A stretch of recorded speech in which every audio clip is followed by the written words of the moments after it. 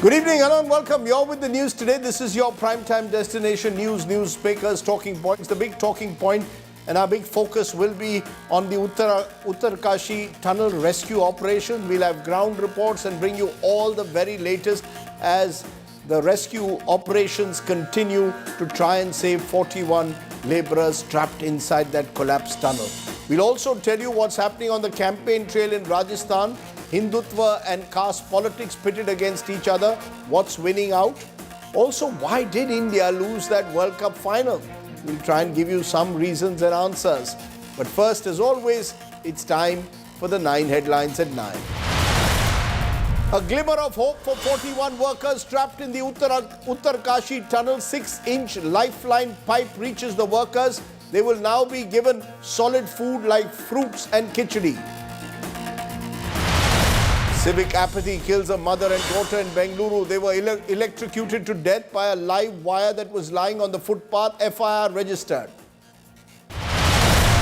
World Cup final loss triggers polarized politics. Congress says no ICC trophies under Prime Minister Modi. Says India won 3 World Cups under Congress rule. An ugly dogfight in Telangana just ahead of elections. Chief Minister KCR calls Revant Reddy of the Congress a barking dog. Reddy hits back, says father-son duo are mad dogs. After ban on halal certified products in Uttar Pradesh, food safety officials raid retail stores at several locations. Politics erupts. Opposition cites a communal agenda. BJP defends the legal process. First toxic air, now toxic water in Delhi, toxic froth in Yamuna amidst Chhath Puja, layers of toxic foam float on the river. Mera Sacha Sauda chief Gurmeet Ram Rahim gets 8th parole for 21 days. The self-proclaimed godman serving a sentence for raping 2 women. Opposition claims it's being done with an eye on the Rajasthan elections. A new video released by Israel shows Hamas terrorists wheeling hostages into the Al-Shifa hospital. A 50-meter tunnel shaft is also uncovered, claim Israel Defense Forces at the hospital premises. Sacked by OpenAI, ChatGPT founder Sam Altman joins Microsoft. Satya Nadella announces that Altman will be the CEO of a new AI research team.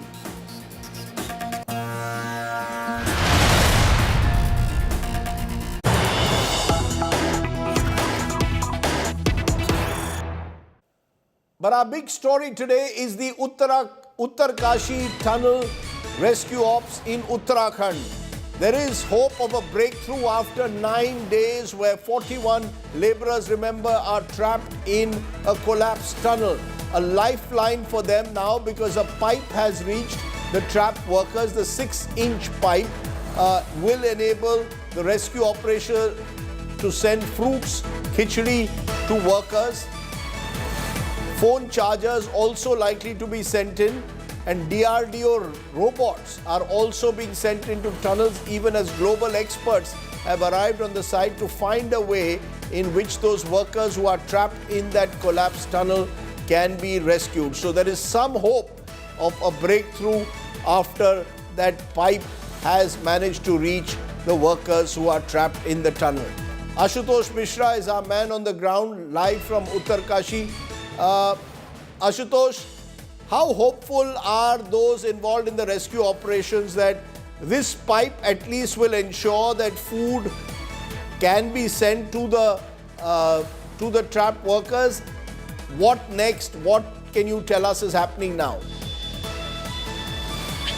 Well, Rajdeep, till this morning, only it was the disappointment which further led to anxiety, concern, apprehensions, not only for the 41 trapped workers, but also their family members all across the country. But the moment we heard the first word that we have made a breakthrough, and the breakthrough was an attempt to insert a 6-inch diameter pipe inside across the debris, which is 57 meters in the length. And the moment it happened, it was at least a sign of hope. And the hope, perhaps, Rajdeep, is what is most needed here, both the side, both for the rescuers and also to the trapped workers, that now they'll be able to take a proper food.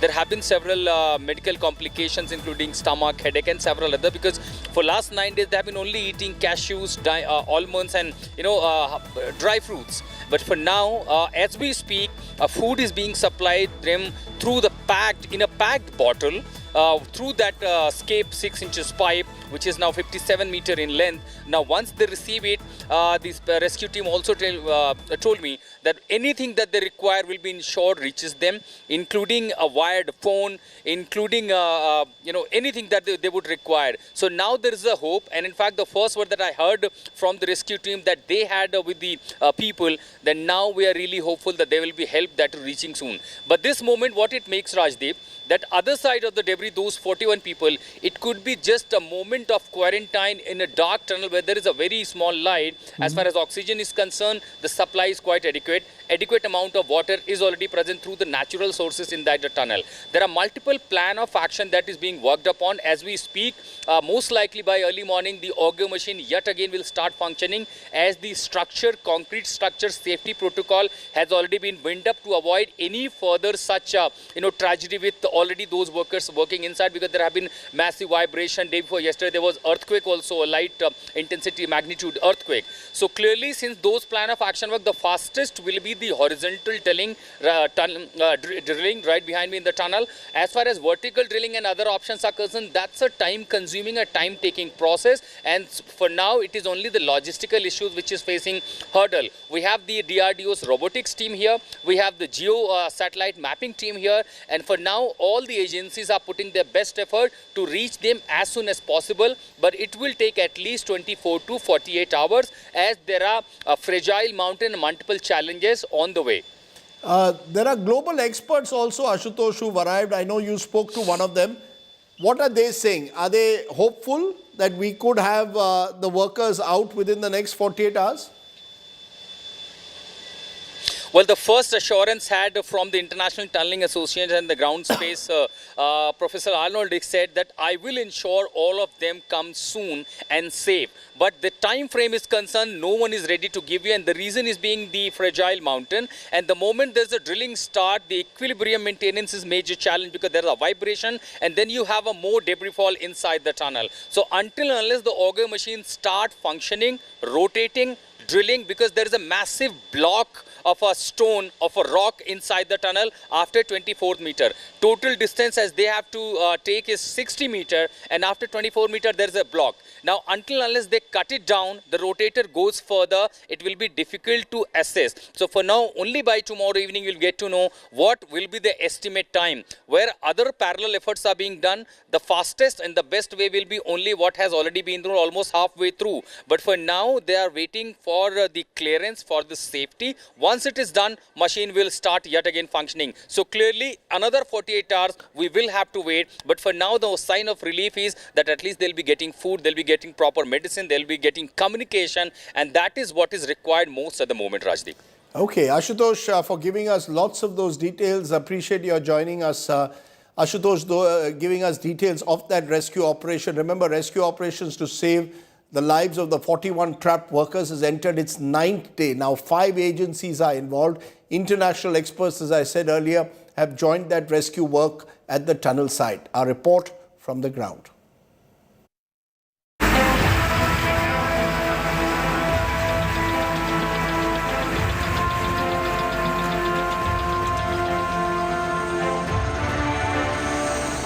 Finally, a small breakthrough in the mission to save 41 workers trapped after a tunnel collapsed in Uttarkashi. A 6-inch pipe inserted by the rescue team has reached the workers roughly 200 meters away from the mouth of the tunnel. उसके लिए हम बोतलें ला रहे हैं कुछ plastic की जो कि सिलिंड्रिकल होगी और जिसका मुंह बड़ा होगा जिससे हम उसमें सामान भर सके उसमें बम बनाना भेजेंगे एप्पल के टुकड़े भेजेंगे हम उसमें दलिया भेजेंगे खिचड़ी भेजेंगे ऑल दिस स्टफ सो उनका पेट खराब ना हो. After facing several setbacks, rescue teams in Uttarakhand are following yet another new plan to rescue the workers who were trapped after the tunnel caved in 9 days ago. Rescue workers are trying to drill a vertical hole now from the top of the mountain. This is in addition to the escape passage being created from the front of the tunnel in a horizontal direction. अगर tunnel बनता है जिसमें access approach बनता है उसमें से NDRF के लोग अंदर जा सकते हैं या उनको रोप की ज़रूरत है, कोई सपोर्ट की स्ट्रक्चर की ज़रूरत है तो लोग जाके अंदर से उनको फिजिकली भी ला सकते हैं। अगर कोई चलने में कोई दिक्कत हो रही तो हम स्ट्रक्चर में भी करके बारी से ला सकते हैं। The Border Roads Organization has created an access road for machines to reach the top of the hill, from where a pipe will now be drilled for the vertical hole. हम already देख रहे हैं कि आपकी मशीनें ऊपर तक पहुंच रही हैं। लॉजिस्टिकल चैलेंज कितना बड़ा और कितना समय लग सकता है? बस अभी हमें थोड़े इंटरफेरेंस है, जो नीचे वाइब्रेशन आ रहा करके या पब्लिक की मूवमेंट है। अगर ये खाली हो गया तो हम 2-3 घंटे में पूरा वहाँ तक रोड बना के दे देंगे। इंटरनेशनल एक्सपर्ट्स भी आ गए हैं, उनका भी कुछ सुझाव हो रहा है इसको लेकर के? रास्ते बनाने के लिए कोई सुझाव नहीं है, सिर्फ वो जहाँ पर ड्रिल करनी है वो उसकी एफिकेसी कितना है, उसकी क्या आफ्टर इफेक्ट क्या है। तो क्या मान सकते हैं आज वहाँ तक पहुँच जाएगा रास्ता? हाँ, रास्ता पहुँच जाएगा। Authorities have roped in global experts to oversee and expedite relief operations. We, as a full, coordinated international team, led by our local experts who are here, who are the experts, we are committed, and I've said it, I'll say it again, we are getting 41 men out of this tunnel and we're making sure no one else gets hurt in the process. Okay. That's the difficulty. Please believe that with this one of the newest mountain is very fragile in nature. Very fragile. You don't have to be a professor, right? It's telling you what the problem is. So We have seen to do a deal, and we're going to do a deal with this mountain. The rescue mission has suffered many hiccups so far, including a breakdown of drilling machines. every time the American auger machine reaches to certain hurdle, strong material, solid material, then there is sense of vibration, and to maintain that equilibrium, it requires cooling off period. Now, because of that, also there are debris falling inside the tunnel and also risking lives of those workers. These blocks are ensuring another parallel micro tunnel inside the tunnel, which will ensure the moment there is a vibration or a possibility of debris fall, the workers and the experts can immediately run to the safer side through these passage. The operation was temporarily halted on Friday afternoon due to fears that more parts of the tunnel could cave in. Food and medicines are being supplied to the trapped workers through a pipe, and all 41 are said to be doing okay. With Ashutosh Mishra in Uttarkashi, Uttarakhand, Bureau Report, India Today. Let's get a sense of the challenges involved then in rescuing these workers. Professor C.S. Dubey, geologist, joins me, and Naveen Bhatnagar, former DIG of the NDRF, is also with us. I appreciate both of you joining us. Mr. Bhatnagar, I presume that given the number of agencies involved in this, it clearly requires, this is not just a typical NDRF operation, the kind that you would do to rescue people trapped in a cyclone or in flood situations. This requires highly specialized teams because of the nature of the operation. Do you believe that we are equipped in this country to deal with an operation of this kind? Yeah, definitely. Because now the expert people as well as the equipments are there with us. With us means the experts were called from abroad and machines were collected from different part of India as well as US also. So we hope that with the help of the DRDO robotics and all these things, we will able to dig this pipe up to that area, our target area. If our pipe will go there, so definitely our people who are expert in this tunnel escaping rescue, immediately they will approach to the people and they will take out the victims and the people, and we hope that within day or two we can save them safely. Yeah.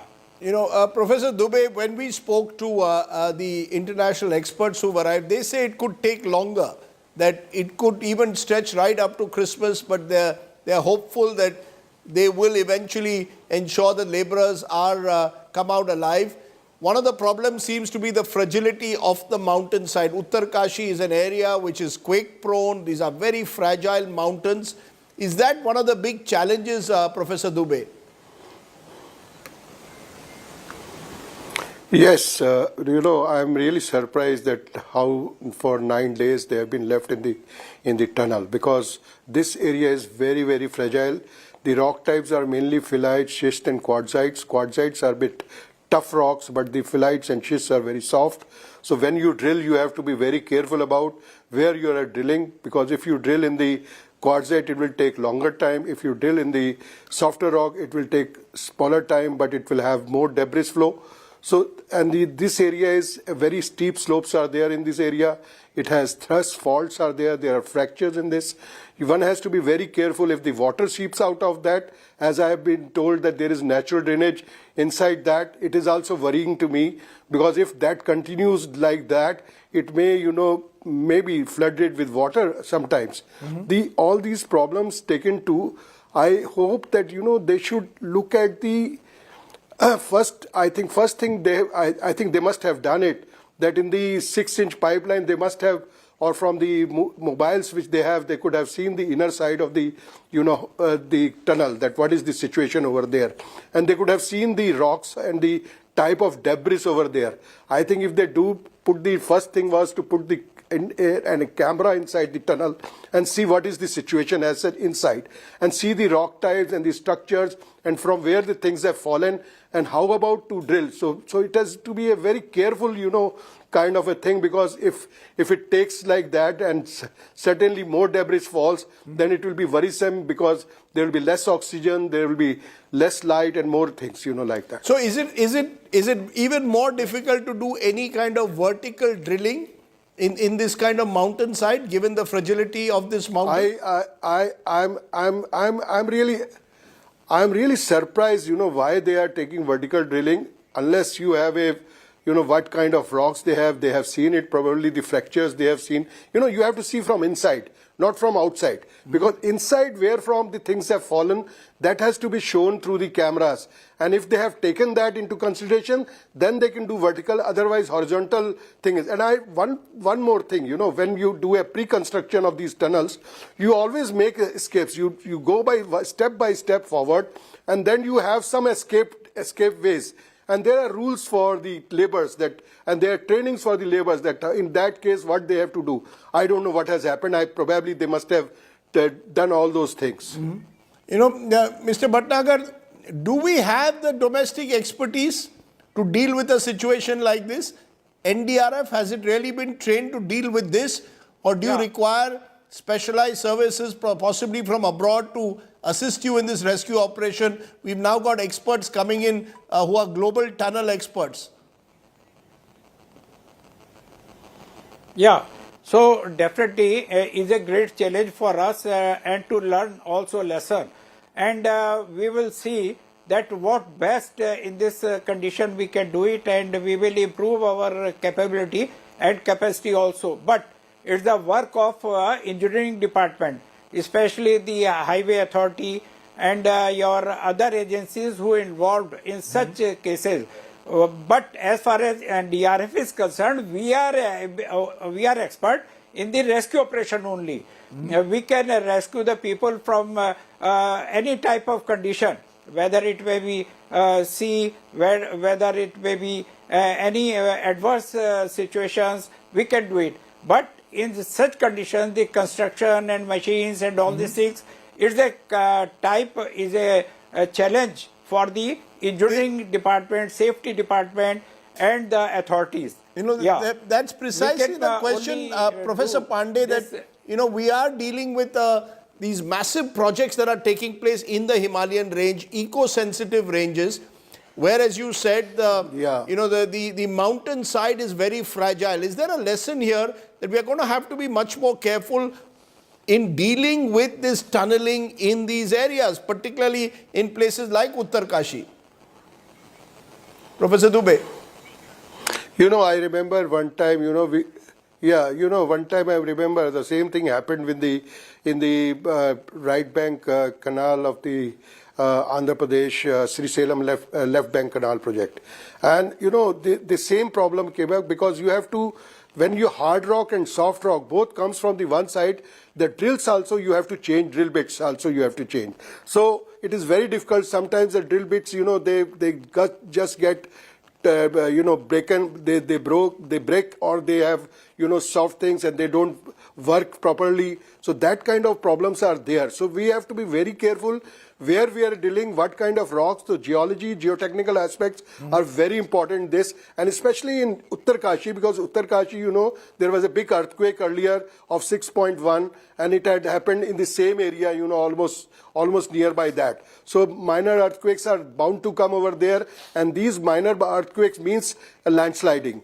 And this happens due to the landsliding. And if there are big boulders which have taken the place, it is very difficult to remove that. So one has to understand the geotechnical aspects of that. And first they have to work mainly on a, say, 1:100 scale of the job, that what they are going to do in that site. Well, let's hope for the best.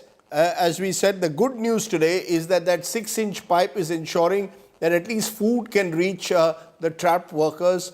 Oxygen is already there in plentiful supply. So the hope is that however long it takes, the workers as of now are completely safe, and the efforts will be now to ensure that without any further danger, slowly but surely, the rescue forces will be able to do their drilling operations and reach the workers. I appreciate my guest joining me here on our top story at the moment. We'll keep, of course, tracking that story. It's time now to find out what's happening on the election campaign trail. Co-presented by Aapka Joy, Bharat Ka Joy, Joy E-Bike. Co-powered by Parul University, Vadodara, Gujarat.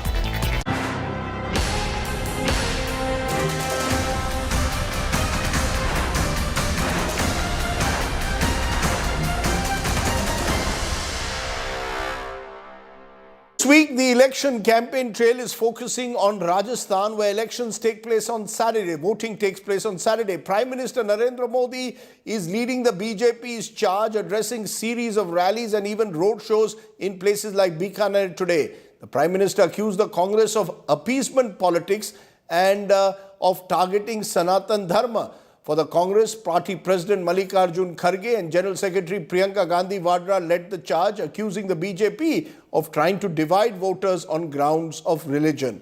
Take a look at today's report.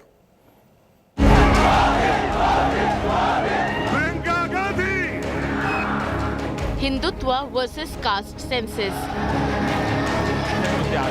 Modi's guarantees versus Congress guarantees. Ashok Gehlot versus anti-incumbency. The battle for Rajasthan is being fought on multiple lines. Prime Minister Narendra Modi set the tone for the BJP campaign a month ago when he blamed the Congress government for the beheading of Kanhaiya Lal in Udaipur. कपड़े सिलाने के बहाने लोग आते हैं और बिना डर, बिना खौफ के टेलर का गला काट देते हैं और वीडियो बनाकर गर्व से वायरल कर देते हैं। कांग्रेस सरकार को उसमें भी वोट बैंक की चिंता सताती है। The Congress is soft on terrorism. The opposition is targeting Sanatan Dharma. These are the charges consistently levelled by the Prime Minister and other BJP leaders in the election campaign. Congress सरकार तुष्टीकरण के अलावा कुछ नहीं सोचती। तुष्टीकरण की राजनीति का असर क्या होता है, इसको राजस्थान ने बीते 5 वर्षों में झेला है। कांग्रेस ने राजस्थान को दंगों में झोंक दिया। कांग्रेस और उसके साथी सनातन को खत्म करने का ऐलान कर रहे हैं और सनातन को खत्म करने का मतलब है राजस्थान की संस्कृति को खत्म करना। The Congress counter to BJP's Hindutva plank is the promise to implement caste census. Congress party ने दलित जो हमारा विधायक था उसको टिकट नहीं दिया। हमने कहा कि ऐसे आदमी को हम कांग्रेस पार्टी में टिकट नहीं देने वाले हैं। बीजेपी ने एकदम उसको उठा लिया। उनकी सोच है ये।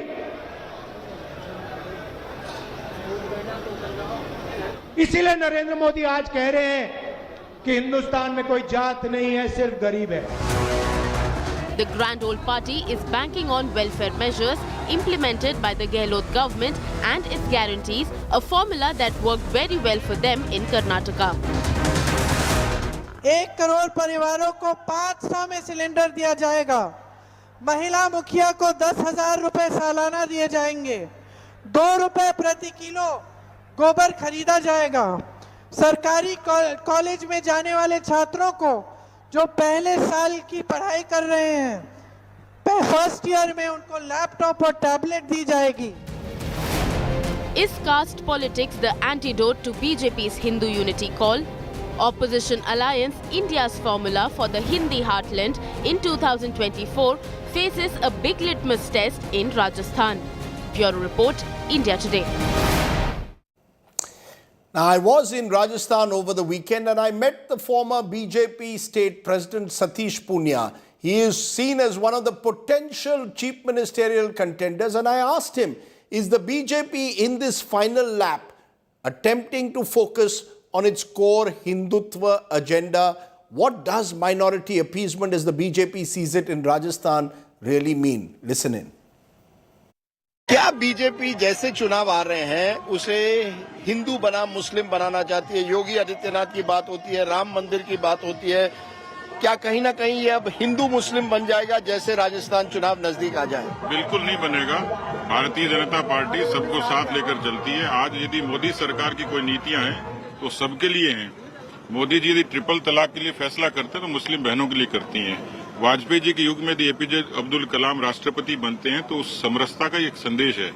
इसलिए बहुसंख्यक लोगों की अपनी आस्था का जहां तक प्रश्न है तो हम राम मंदिर को नकार नहीं सकते। योगी जी उत्तर प्रदेश के मुख्यमंत्री हैं, वो पार्टी के प्रचार के लिए आएंगे। उन्होंने विचारधारा के लिए जिस दृढ़ता से काम किया उसकी एक मान्यता है।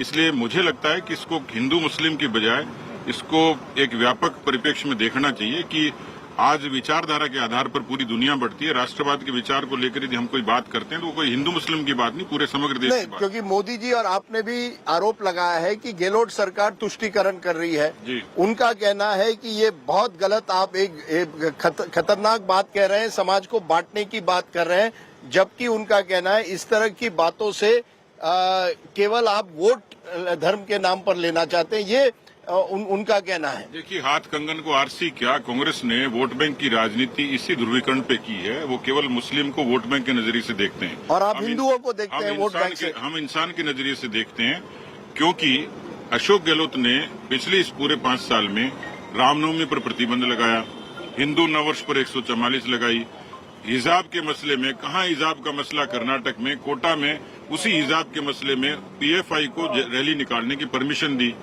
कन्हैयालाल की गर्दन कटती है, कन्हैयालाल गुहार लगाता है कि मुझे थ्रेट है। अशोक गहलोत गृह मंत्री, अशोक गहलोत की पुलिस कोई एक्शन नहीं करती है, उसकी गर्दन कट जाती है। तो ये साफ तौर पर संदेश जाता है कि बहुसंख्यक लोगों के भी मानवाधिकार हैं, उनकी भी जीवन है, उनका भी सम्मान है, इसलिए कोई तुष्टीकरण की आवश्यकता नहीं थी। लेकिन अशोक गहलोत ऐसा करते हैं। ये चुनाव राम पर लड़ा जा रहा है या ये चुनाव विकास पर लड़ा जा रहा है? देखिए, राम पे भी लड़ा जाएगा और विकास पे भी लड़ा जाएगा। वाजपेयी जी ने विकास की शुरुआत की थी, मोदी जी ने आगे बढ़ाया। राम हमारे आस्था के प्रतीक हैं, उस आस्था से कोई समझौता नहीं। So let me raise the questions. Caste politics or Hindutva politics? What really works on the ground in a state like Rajasthan? Has the Ashok Gehlot government then used freebies to offset anti-incumbency?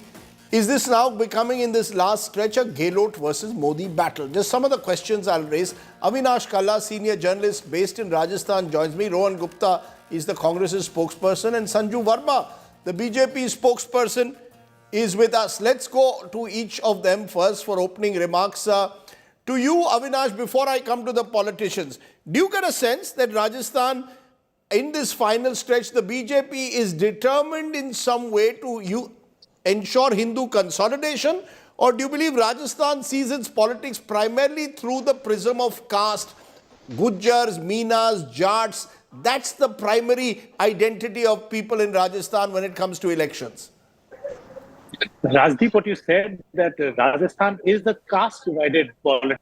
It's not a communal politics so far. The specific areas have different caste combinations and the fights that are going on. So in the eastern Rajasthan, you have Gujars and the Meenas. In the western Rajasthan, you will have Rajputs and the Jats. So these kind of fights are there. We're not a communal state. But ever since the last elections happened, the BJP has taken the Hindutva plank. In the last election, we only had one Muslim candidate contesting from the BJP. This time out of 200, there is no candidate who is from the Muslim community. And in each and every speech, with each and every passing day, while the Congress is upping the ante on welfare schemes, the BJP is harping on the Hindutva issue, the Mandir issue. Kanhaiya Lal is a staple for all the speeches that are given. And today, you mentioned Dr. Satish Punia's interview in your intro. In his constituency today, Yogi said that if you send Punia to the Vidhan Sabha, he will book a ticket for all the people on a train and they will take you to Ayodhya post 22nd of January. So that is the kind of guarantee that they are giving. So they are wanting to make it a Hindutva election as well because that is their core strength. You know, Sanju Verma, you just heard what Avinash Kalla said. In this last stretch, the Prime Minister raising Kanhaiya Lal, raising Ram Mandir. Kanhaiya Lal in particular, the manner in which, for our viewers, a tailor was tragically killed by Muslim extremists in Udaipur. But when I went to Udaipur, what resonates is not Kanhaiya Lal on the ground. People are debating freebies, people are debating collapsing infrastructure, people are debating corruption. How does is the BJP using Kanhaiya Lal's case to spread fear? Is it using the Ram Mandir and promising free rides to the Ram Mandir to consolidate a majority vote? You know, Rajdeep, I have been on a zillion shows with you. And very rightly, whenever it is the BJP which is defending its bastion, I remember prior to the Uttar Pradesh elections, you and many other journalists, they would ask, you know, what has Yogi Adityanath done? Why do you think he deserves a second term? And I would lay out the work done by the Yogi government. Ditto was the case with Uttarakhand. People said, oh, you've changed 3 chief ministers in the run-up to the Uttarakhand assembly elections in 2022. Is baar lagta hai BJP ka supra saaf hoga. Why don't you present your report card? What I fail to understand is that who is in power today? The party in power, jo satta mein hai, it is the Congress. And the Congress needs to be asked to showcase its report card for whatever it is worth. What BJP will do or not do, wo to baat hogi hi, discussion hogi hi. I want to ask one simple question. And because through your channel and through your show in particular, because yours is a much widely watched show, the Congress social media head has been peddling lies that because I believe that law and order will be the biggest mudda in the Rajasthan polls, irrespective of the caste cleavages and the caste matrix, which always comes into play. You know, there was a tweet put out by the social media head saying that the conviction rate for crimes in Rajasthan is a solid 58% vis-a-vis the national average of 28%, which is absolute hogwash, and nothing could be further from the truth. In fact, this is an article dated barely a few days back, you know, News Laundry, which I don't think is a pro-BJP or Sanghi website by any stretch of imagination. And there are some very interesting numbers thrown up by News Laundry in the analysis pertaining to Rajasthan polls, where they say that out of 56,879 crime cases in Rajasthan between 2018 and 2023, the conviction rate, you have to hear this, the conviction rate was 22.38% in 2022, much lower than the 27.49% in 2020. And I also checked up the crime statistics of the National Crime Records Bureau, which says that the conviction rate, national average, is 57% currently. It hit a high of 59.2% in 2020. To cut a long story short, I think the absolute mayhem, the lawlessness, the fact that in Dausa, a policeman has the audacity to murder, rape, a minor, the fact that in Bhilwara, a 6-month-old infant is raped and then thrown then into why? an empty No, the well. point, I think these ma'am, are if things you are that need to be discussed. if you are making law and order a core issue, that's interesting, because while you're saying law and order here, on the ground, the BJP is raising the Kanhaiya Lal Bogi. Now the government of Rajasthan says, look, we arrest. No, 1 minute. The government of Rajasthan, Ashok Gehlot, says we arrested all those involved in it, and say, why can't you, why are you making this a Hindu-Muslim election? Make it about law and order, make it about women's security, make it about what you believe are the core issues. Why make it Hindu-Muslim? I will answer that. Rajdeep, I have now become an ace. Each time you interrupt me, my No, ma'am, I'm not interrupted you. I allowed you 2 minutes uninterrupted. Yes. So give me a short response. Please don't get so agitated. I'm answering you. Just hold your horses. The simple answer is this. I will repeat, because I'm sure that, as the national spokesperson of BJP, I have every right, while answering your questions on your show, it is my duty to showcase the crumbling and pathetic law and order situation. And I repeat, where was Priyanka Vadra, who ran to Hathras, saying, Ladki hu, lad sakti hu? When there was a Dalit girl who was gang raped in Alwar, Priyanka Vadra was holidaying in the Ranthambore National Park, and she refused to visit the victim, saying, rape to hua hi nahi. Ashok Gehlot ke muh mein dahi jam jata hai.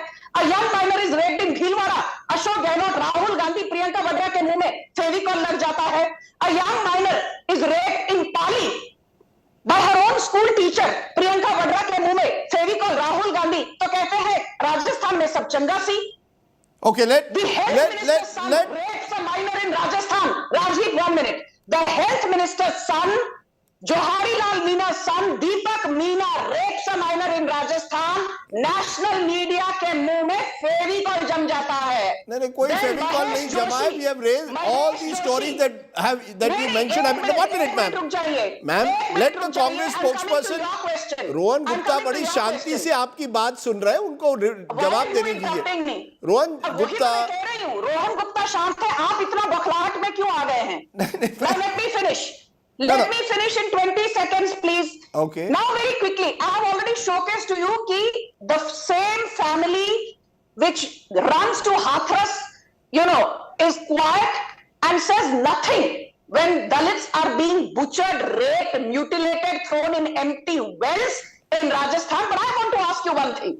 When there was a Shobha Yatra in Karoli last year, Matloob Ahmed, who's linked to the Congress, has fought on a Congress ticket in the council elections, municipal council elections. मुझे बात बताइए राजदीप जी, has Matloob Ahmed been arrested yet? Answer is no. Has the perpetrator of Dausa crime been arrested yet? Answer is no. Has the perpetrator of the Bhilwara gang rape been arrested yet? Answer is no. Has the perpetrator of the Alwar gang rape been arrested yet? Yet the answer is no. Has the perpetrator of the been arrested yet? The answer is no. Okay, you made the point. You're claiming that law and order, according to you, is the major issue. Rohan Gupta, what it appears is the BJP has decided in the final stretch that we are going to tell the people of Rajasthan that they, according to my guest here, Sanju Verma, she said this is not about Hindu-Muslim, this is about law and order. She believes that the Congress has failed on law and order. That is what the Prime Minister's message is. See, I think the intolerance and frustration of BJP spokesperson speaks about the situation in Rajasthan. And Rajdeep, as you are a senior reporter and journalist, you know that when as an opposition party, you try to raise communal issue, it means you are short of issues.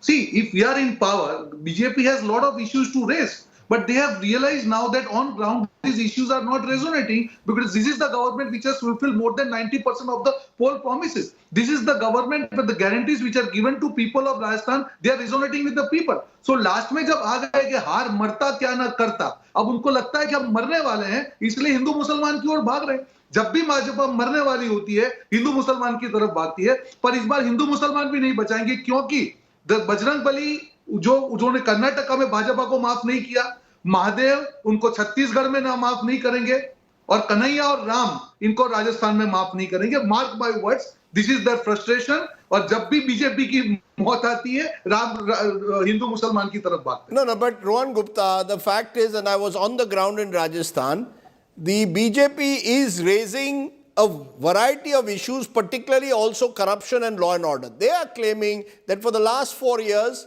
the Congress spent most of its time fighting its internal battle between Ashok Gehlot and Sachin Pilot, to use the Prime Minister's words. Both were trying to run each other out, and therefore less time was spent on critical issues, particularly law and order. That's the one issue that they keep citing as an example of governance having failed. Rajdeep, one thing is very clear. The government which has fulfilled, I am telling on record, I challenged BJP spokesperson that 90% of the promises are fulfilled. When we can deliver gas cylinders to women of Rajasthan at 500 rupees, where was BJP? Where we delivered 25 lakhs of insurance schemes to people of Rajasthan, where is BJP? None of them guarantees are resonating in people. And Mr. Modi has to say that if they are elected to power, he will continue schemes of Gehlot government. आपको और क्या बड़ा certificate चाहिए? मोदी जी ने कह दिया कि कांग्रेस की योजना है. And the way I'm telling you, Rajdeep, the way Rajasthan elections are taking turn in last phase, the BJP has to raise issues of Hindu-Musliman, because on ground all other issues are not successful, and they are really receiving the feedback. This is the only issue they can say. They can say of BJP. Like Karnataka, they try to raise Bajrangbali issue. I think they won't be successful this time. Okay, I just want to bring in Avinash for a moment, because the politicians will obviously give their own partisan, some would say, perspective. But Avinash, what's your sense on the ground? When I was there, I met young people. They're not interested in Hindu-Muslim in Rajasthan University. They were interested in government paper leaks. I meet women. Women are interested in ensuring that they get the gas cylinder at 450 or 500 rupees. They are not interested in Hindu-Muslim. What's your sense? Are our politicians who raise these issues, including Prime Minister Modi, not really in sync with what are the real issues on the ground? Well, Rajdeep, it's quite a bizarre scenario. I'll just add a small point to all the things that you were saying. And the BJP spokesperson was saying that law and order is an issue. But they raise law and order when it comes to Kanhaiya Lal. They fail to justify it that Giraj Singh Malinga, an MLA who broke the bones of a government official, and he is in hospital for 18 months. When the Congress has denied him a ticket, there was surely a case of law and order. How can BJP give a ticket to a candidate like that? And coming back to your issue, yes, paper leak is a big issue. Please do that. Please do that. We'll look forward to hearing your answer. Coming back to what Rajdeep asked about what are the real issues on the ground, paper leak is a big, big issue. Price rise is an issue. And Rajdeep, this election, for Congress, the way they have gone about this whole welfare scheme, it's a litmus test to the welfare scheme. That we might say everything, but Gehlot is the most popular leader in the state as of now. His welfare schemes have no answer. In fact, if you look at the BJP manifesto, they've just remixed and rejigged the things that are out there in the Congress guarantee card already. You know, like the BJP. So you're saying that... Can I just finish and then you can... Yeah, please go ahead.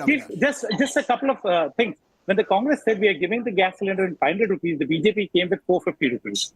The BJP said we'll give scooties to the girl child who are brilliant or who do good in their 12th standard exam. The Congress has already given out scooties. So if you look at those things, they're by and large the same thing. There isn't anything which is new and specific to Rajasthan that the BJP has promised in this year's lineup. And also one more thing, all the Rajasthan faces have been put into a sideline. It's only the Prime Minister that is going out. The so-called 12 chief ministers who were there, now they are all busy in their own constituencies. The only lone warrior is Vasundhara Raje, who is moving out. Whether she has been put aside for the last 4 years and 10 months, but right now she is the... if anybody says anything against you guys, you only have one line. Okay. All right. Sanju Verma... So the challenge is there. That's the reality of the ground, that they cornered Vasundhara Raje for 4 years, 10 months, and right now... Can I for a moment, Avinash, just stop you? I want Sanju Verma to respond. Sanju Verma, I come back to it. You know, there are issues resonating on the ground. I gave you the example of paper leaks. These are the issues that should be part of a debate. How are you going to ensure that there will be no further government paper leaks? Hundreds and thousands of students have lost their careers because of this. Why can't we see a debate on the real issues? How does it, the way minority appeasement is being posed, almost as if to suggest, Ashok Gehlot told me, why don't you dismiss my government? He told me on record, if you believe that I am hand in glove with terrorists, dismiss my government. When the Prime Minister says, please come "Ki in, if you I'll want to help you." hang the killers of Kanhaiya Lal, press the lotus button," what's the message being sent out? Rajdeep, Sardesai, I heard you. And let me tell you, you should also, journalists are human beings after all. I've been on a couple of debates with Mr. Avinash Kalla, and with no offense to none, you should say that he has his heart beating and bleeding for the Congress. Because Mr. Kalla sits here and says, I know Avinash "Please Kalla don't well. He's interrupt not me. even. Ashok Don't Gehlot interrupt me. refuses to meet Do him not at times. interrupt me. Are Do you not aware that interrupt Ashok me. Gehlot refuses to meet Avinash Do Kalla not because he has interrupt questioned me. Ashok Gehlot's government? I refuse to be on your debate if you don't have the decency to allow uninterrupted time to me. Arey, ma'am, you I made, tell a, you you often. made an allegation against a fellow panelist. So he will respond See, when that's he gets my his old turn. He will respond when he gets his turn. You don't have to be his proxy. I'm You not are his not proxy, Mr. Kalla's but I will not proxy. allow personal comments to go unchallenged. But please go No. ahead, ma'am. I will speak what I need to speak because your definition of personal comments is very subjective and Right. the whole world knows that. Okay. वो जग जाहिर है राजदीप. आपको BJP का हर comment personal लगता है, बाकियों का नहीं, ये जग जाहिर है. Now let me complete. Mr. Kalla said that it is the promises and the welfare schemes blah blah blah which will work. Law and order is not central to this election. Now imagine, instead of Rajasthan, instead of Ashok Gehlot in Assam, if there had been 6,000 rapes a year with a conviction rate of 22%, what would journalists be saying? Himanta Biswa Sarma's neck would be on the line.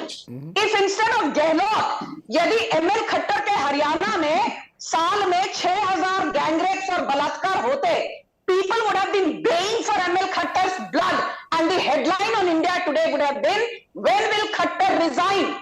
If it had been Yogi Adityanath's Uttar Pradesh, where the conviction rate was 22% and there were 6,000 rapes a year, Rajdeep Sardesai's headline would be, "When will Yogi Adityanath resign?" But now that it is Ashok Gehlot, we are supposed to be having a debate not on the Dausa gang rape, not on the Pali gang rape, not on the Bhilwara gang rape, not on the Alwar gang rape, not on the Jodhpur gang rape, but on Ashok Gehlot's welfare schemes. But excuse me, as Rajdeep you often say, ये public है, ये सब जानती है.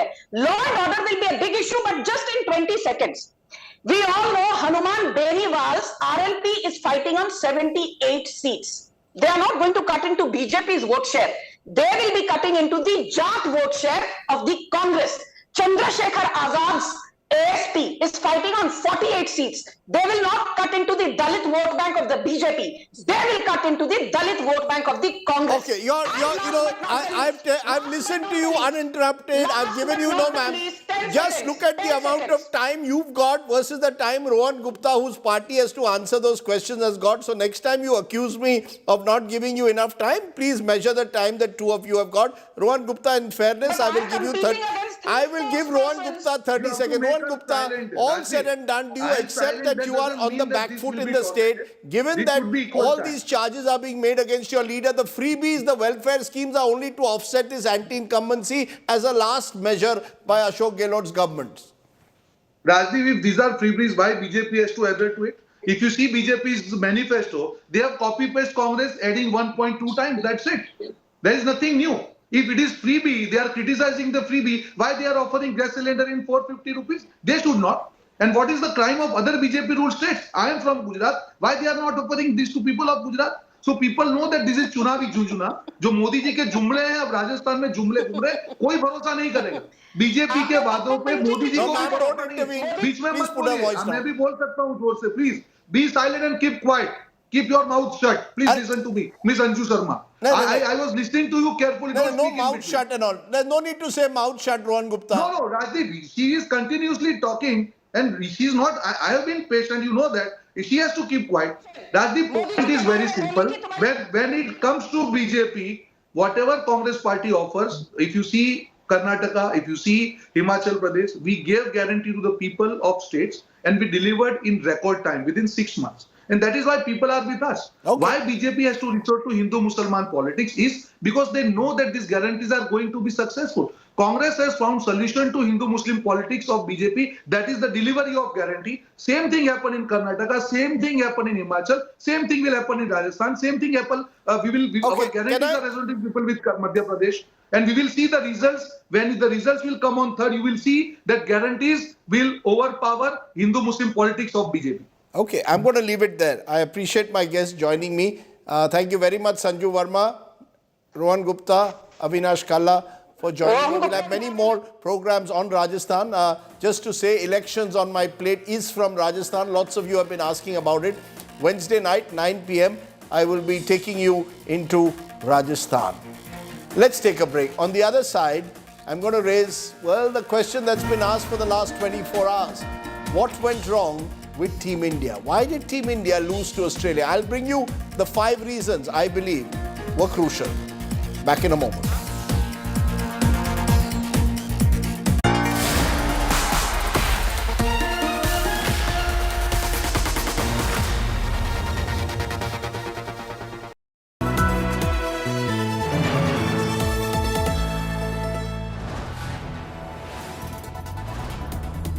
You are watching India Today, powered by Finest, Be Sustainable Change, a BNP Group company. Get ready for an immersive journey into the heart of news, politics and insights that truly matter.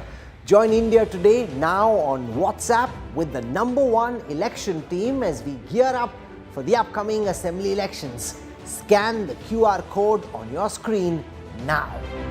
Join India Today now on WhatsApp. Follow these steps. Open WhatsApp on your phone. Check for a new updates tab. Select Find Channel and type India Today. After finding the channel, tap the Follow button.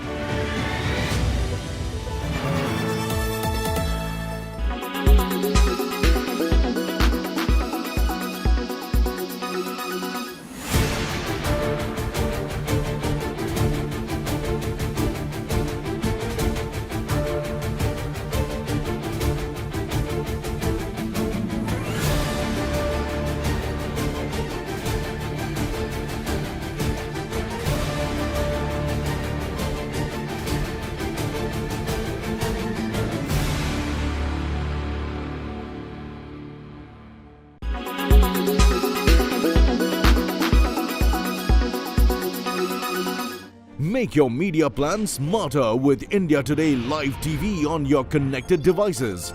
Amplify your brand with 100 million smart internet viewers. To advertise, mail us at sales@aajtak.com.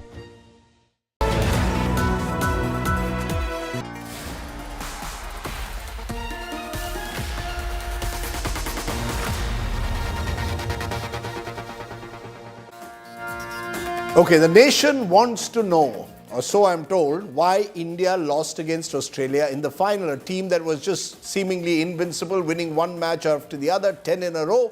Why did they lose the big final in Ahmedabad? Lots of recrimination, lots of reasons being offered. I'm going to give you 5. And listen to each of them carefully, and then you make up your mind.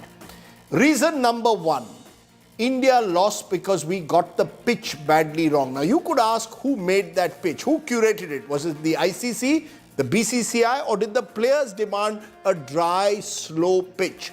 A pitch where batting first became difficult, a pitch where once the dew came in post 7 p.m., batting became easier. All I can say is whoever decided on the pitch got it horribly wrong, because then you made the match a lottery. The Australian captain won the toss, put you in, the wicket was slow and low. You thought you would spook the Australians by making such a wicket. Well, as I said last night on a program, you dug your own grave. So whoever made that pitch, whoever pushed for a slow, low pitch, got it horribly wrong.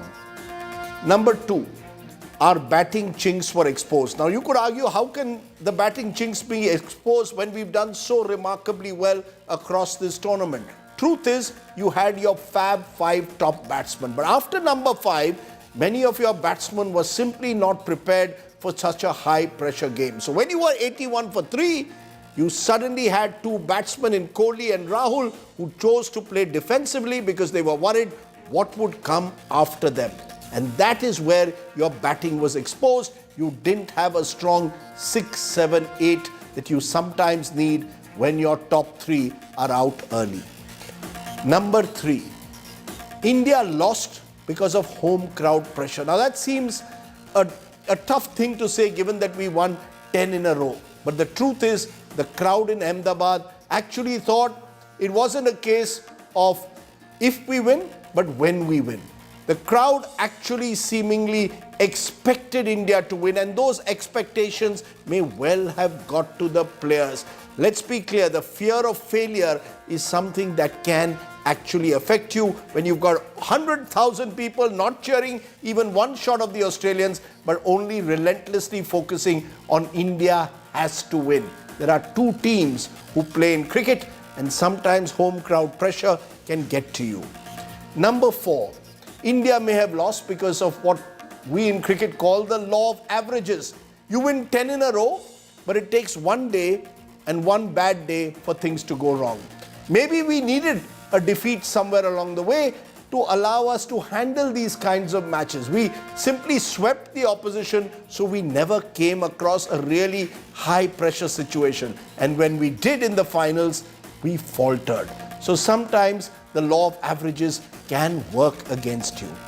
Finally and truthfully, India played remarkably through this tournament, but on the final day, the Australians were too good.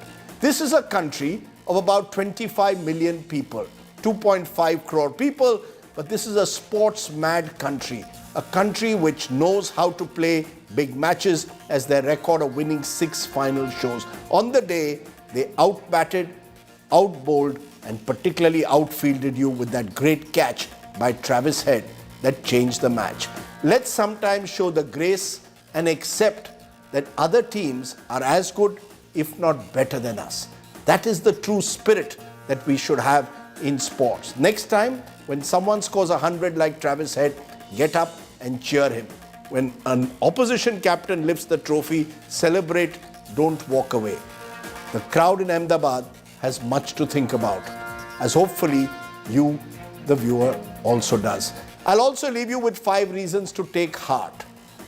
Number 1, that remarkable 10-match winning streak. Let's be honest, we must celebrate the way we played for 10 consistent matches. It's something to feel proud of the way we played. We should take heart that we have a Fab 5 bowling attack, the best in the world, many would say, in most conditions, not when the dew sets in. Another reason to take heart is Virat Kohli's supreme form. Just a year or two ago, people were calling for Virat Kohli to actually retire. He's been the highest scorer, has been remarkable in every sense through this tournament. Rohit Sharma's leadership, he gave a calm, mature leadership, allowed the players to enjoy the game, led from the front by playing with remarkable freedom. Let's salute him also. And another reason to take heart, trust me, there's a next generation of Indian cricketers which will be even better. We are, I still believe, the superpower of cricket on the field.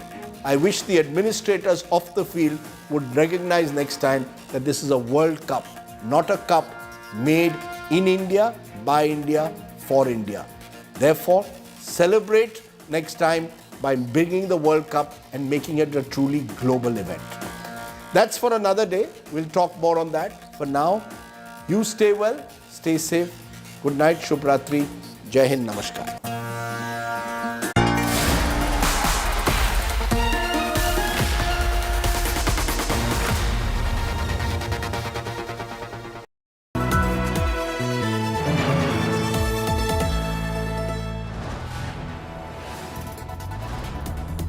You are watching India Today, powered by Finest, Be Sustainable Change, a B&P Group company.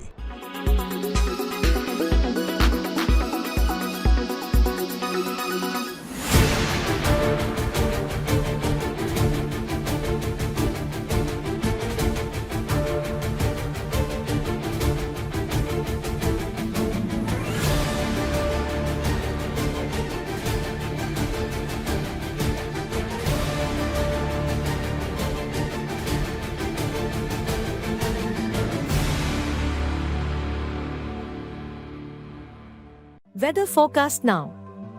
Delhi, maximum 27 and minimum 15 degrees. Mumbai, maximum 33 and minimum 27 degrees. Kolkata, maximum 31 and minimum 20 degrees. Bangalore, maximum 26 and minimum 19 degrees. Chennai, maximum 28 and minimum 24 degrees. Hyderabad, maximum 30 and minimum 19 degrees.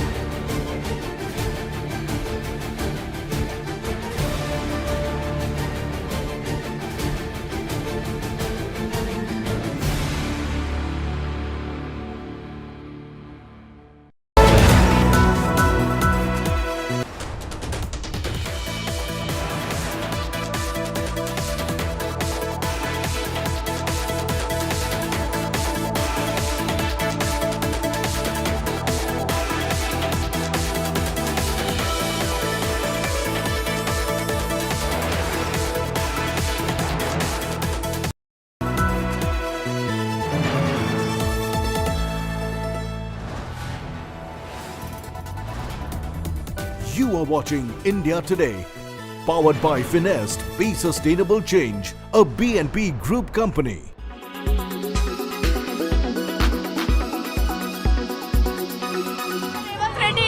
I see the support you have here in Kamareddy. Are you confident of a win? Yeah, definitely. By how many votes, sir? Congress workers are going to win Kamareddy constituency. By how many votes will you win against KCR? 45,000 majority. The advantage of KCR is this is his hometown, native, ancestral village. What's your advantage, sir? He had cheated last 10 years with these people. So now they wanted to take revenge against KCR. So they are going to defeat KCR. You have been campaigning across Telangana. Why did you choose Kamareddy? Is it only because of KCR? So my high command suggestion, my high command told me that to contest from Kamareddy to defeat KCR. So high command has given suggestion and high command given orders to contest from Kamareddy. That is why I am contesting from Kamareddy. Are you campaigning a lot more in Kamareddy than other constituencies? It is equal to 119 constituencies I have to win. I am president of the Congress. So every constituency is equal to me. Among one of the constituencies, Kamareddy. So I have my priorities equal. So I am going to tour entire Telangana. Are you underestimating Mr. KCR in Kamareddy? So you are underestimating Kamareddy youth and women. They have defeated long back Srimati Indiraji. They have defeated NTR in Telangana. So this is the great situation in India. So people, if they decided to defeat anyone, they can defeat. So this election, KCR is going to lose this election.